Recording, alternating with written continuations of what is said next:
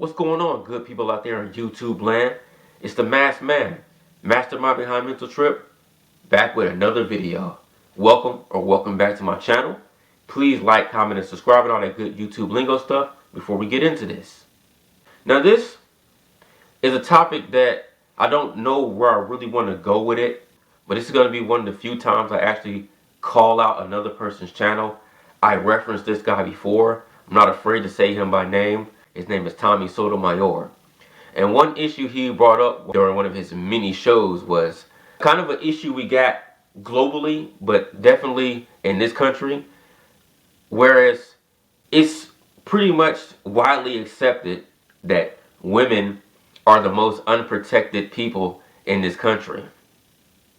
Mr. Tommy said that it's not women that are unprotected, it's children that are the most unprotected people in this country. I couldn't agree with him more. Children really are the most unprotected people in this country. Pretty much like when a kid is of age to step foot out the house. And even within the confines of the house.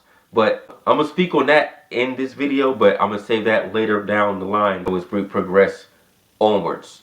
But what I was saying beforehand was that once a child is old enough to leave a parent's care, meaning daycare, pre-K, school in general, church, Boy Scouts, what have you, after school programs, anywhere your child is accessible to other people that are not family, they are subject to some form of life-altering event.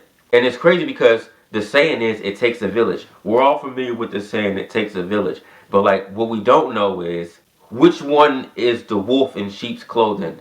Because there's plenty of shady, shifty, shiesty people out there that like, we don't know.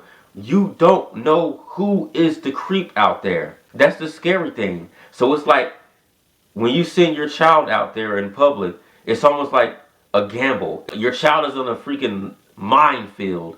Which person is going to screw them over and which person is not. And then as a parent, even though I'm not one, you don't know which one is going to be that one that crosses the line with your child.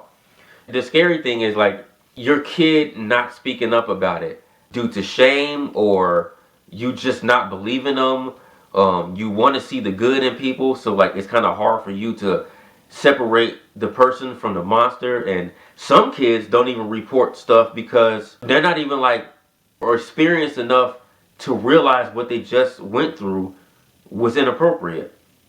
I say that to use this as an example. There's a YouTube video out there, like you can search it, it's not hard to find, about a father who damn near killed his daughter's abuser. And the sick thing about it was how long he abused her.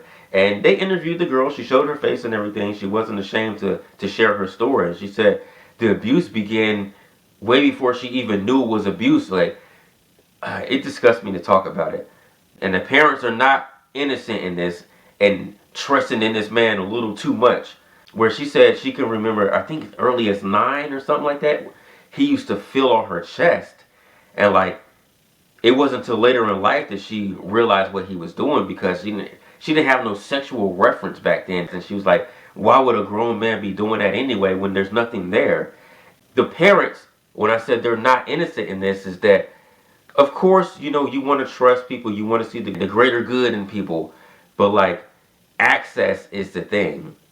And this is how we can enter in the confines of your own home with this. But like, we're still going to harbor on the public, kids being outside the home factor. Too many people have access to your kid. From teachers, to church leaders, to priesthoods, to Boy Scout leaders, to after school program advisors. All kinds of people have access to your kid. And that's the problem. Who has access to your child?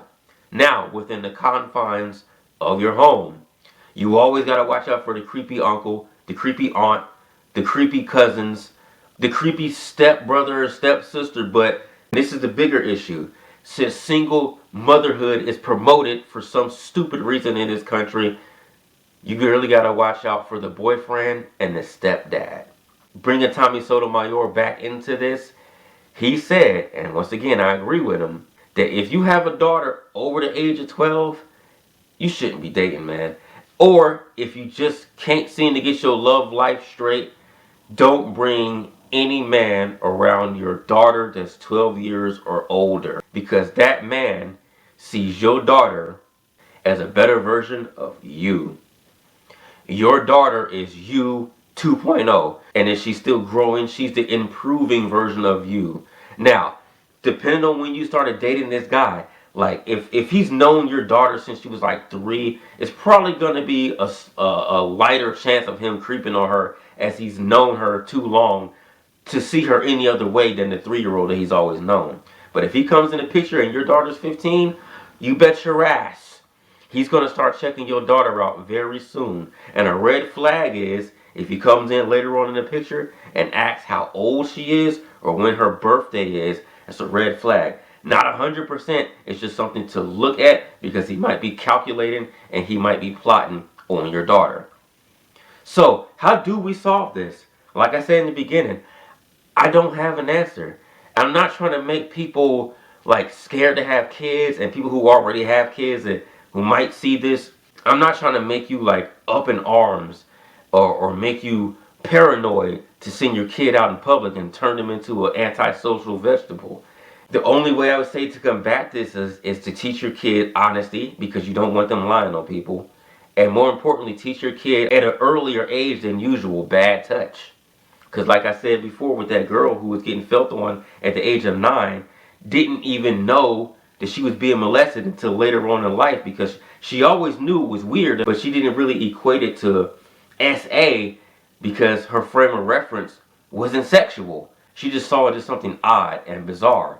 So if we teach kids bad touch earlier on in life and teach them honesty, because we don't want them telling on Mr. or Mrs. such and such and something's not even really going on. So honesty and bad touch needs to be taught at an earlier age than what we think is the appropriate age to teach them. So therefore, if a kid does experience something traumatizing, they're more likely to be open and honest about it and let it known that, hey, Mr. or Mrs. such and such ain't right in the head. I mean, that's pretty much all I gotta say about this. I really need to shed light on this global problem of our kids being subject to pretty much everyone in the home and outside of the home. And it's a really scary thing to think about. Simply having a kid is a risk. And that's going to bring this video to a close. It's the Masked Man, Mastermind Behind Mental Trip. What's that YouTube lingo? Like, comment, and subscribe. And until the next, I'm going to holler at y'all. Deuces, peace. Take care of your kids.